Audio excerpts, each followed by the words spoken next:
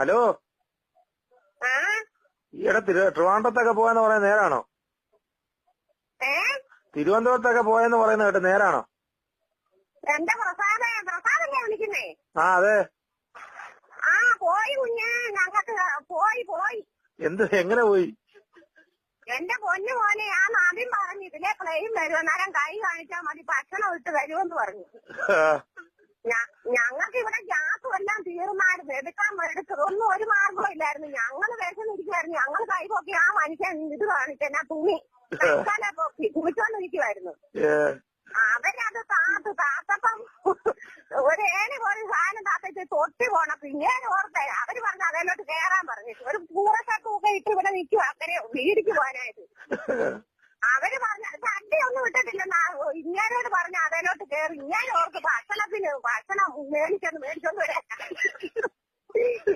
അവരെന്നോട് പറഞ്ഞു കഥക് മലയാളികളുണ്ടായിരുന്നു, കഥ അടച്ചേച്ച് അതിലോട്ട് കയറാൻ പറഞ്ഞു. ഞാൻ ഓർത്ത് ഇങ്ങനെ പറഞ്ഞു പാടി എന്നെ ഇതെല്ലാം തീരത്തില്ല, ഭക്ഷണം എഴുതിക്കൊണ്ട് വരുന്നതെന്നും കണ്ടേ എല്ലാവർക്കും കൊടുക്കാമല്ലോ എന്ന് പറഞ്ഞുകൊണ്ട് ചാടി കയറിയതാ. അവര് എന്താ പൊന്നു കുഞ്ഞെ, ഇതുപോലൊരു ഞാനാണെ ഒരു പന്നം പിടിച്ച നൈറ്റി ഇട്ട് അങ്ങനെ വരുന്ന വെള്ളത്തിൽ നീന്തുവാ. പ്രസാദാ വിളിക്കുന്ന. അങ്ങനെ കയറിപ്പോയി. ഞാൻ കിടന്ന് കരഞ്ഞു. ഞാൻ കരഞ്ഞപ്പോ അവര് ചോദിച്ചു നിങ്ങൾക്ക് എവിടാ നിങ്ങളെ ഞങ്ങൾ പറഞ്ഞു കരയുള്ളിടത്തൊന്ന് ഇറക്കിയാൽ മതി. അന്നേരം അവര് എവിടെ വലിയൊരു ഉണ്ടോന്ന് ചോദിച്ചു. ഞാൻ പറഞ്ഞു ഞങ്ങൾക്ക് തിരുവനന്തപുരത്ത് ഇങ്ങനെ ഇന്നാരും ഉണ്ടെന്ന് പറഞ്ഞു. അവര് പിന്നെ അവിടെ ചെന്നപ്പോ ഞങ്ങളുടെ ഈ പൈസ വല്ലതും ഉണ്ടോ? ഞങ്ങൾ പറഞ്ഞു ഒരു മാർഗ്ഗവും ഇല്ല, ഞങ്ങൾക്ക് പോവാൻ, ഞങ്ങളുടെ കയ്യിൽ ഒന്നുമില്ല, നിങ്ങൾ പിടിച്ചു കുടിയാലും ഞങ്ങളെ കേട്ടിക്കൊണ്ടോന്നല്ലേ.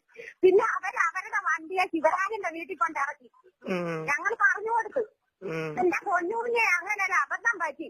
അത് കാരണം ഇപ്പം പ്രസന്നനോട് പറഞ്ഞിട്ട് അവൻ ഏകത്തില്ല. അവനാണ് ഭയങ്കര ബഹളമാച്ചാ ഞങ്ങള് കള്ളത്തരം പറഞ്ഞത്. അവൻ പട്ടടയിലെ വെള്ളം കൊടുക്കുന്നതിന് ഇടിഞ്ഞെടുത്ത് അവനെ കൊണ്ടുവരണ്ടേ. എന്നും പറഞ്ഞ അവനാണെ ഒരു പുറകെ അവൻ ഇന്നലെ പിള്ളേരെ വിളിച്ച് ഒത്തിരി ചീത്തയൊക്കെ പറഞ്ഞെന്ന് പറയുന്ന കേട്ടു രാത്രി. തിരിച്ചെങ്ങനെ വന്നു? വരാനാ ശിവരായനോട് വണ്ടിക്കൂലി മേടിച്ചോണ്ട് ട്രെയിന് വന്നേച്ച് പിന്നെ ഇടിഞ്ഞലത്ത് വന്ന് ഭക്ഷണവും കൊണ്ട് വരുന്ന വണ്ടിയൊക്കെ വന്നത്. അവനെ വർണ്ണനം പറ. ഹലോ, കേക്കുന്നുണ്ട്.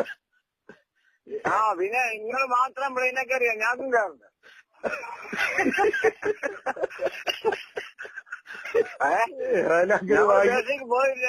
പേശയ്ക്ക് പോയില്ല, പ്ലെയിനൊക്കെ അറിയാം. അങ്ങനെ ഭാഗ്യം ഉണ്ടായില്ല.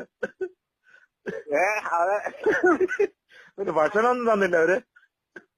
ഭക്ഷണം അതിന്റെ തന്നെ ഇരുന്നോ ഭക്ഷണം. യാത്ര ഒരു പാക്കറ്റ് ബ്രെഡ് ഉണ്ടായിരുന്നു, വേണമെന്ന് ചോദിച്ചു. ഞങ്ങൾക്ക് പറയും ഞങ്ങൾക്ക് വേണ്ടെന്ന് പറയും. യാത്രയൊക്കെ സുഖമായിരുന്നോ? യാത്രയൊക്കെ സുഖമായിരുന്നോ? യാത്ര ചെയ്യാൻ ഒരു 3/4 മണിക്കൂർ കൊണ്ട് അങ്ങനെ തിരുവനന്തപുരത്ത് കൊണ്ട് എത്തിച്ചു.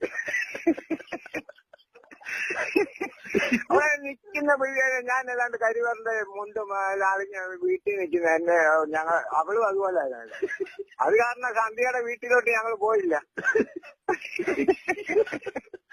മനുഷ്യന്റെ പറ്റത്ത് എങ്ങനെ ഇതൊക്കെ കാട്ടി. ഞാൻ അതിന്റെ തലേദിവസം പറഞ്ഞില്ലേ, അതുവഴി ഹെലികോപ്റ്റർ ഒക്കെ പോകുമ്പോ ചുമ്മാ കൈയും കാലും കാണിക്കരുതെന്ന് ഞാൻ പറഞ്ഞില്ലേ. അത് നവീൻ ഒപ്പിച്ച പണിയാണ്.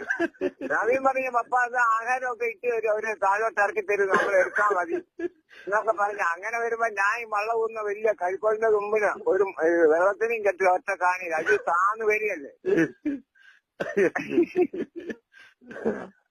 ഏതായാലും അങ്ങനെ ഒരു അവസ്ഥ.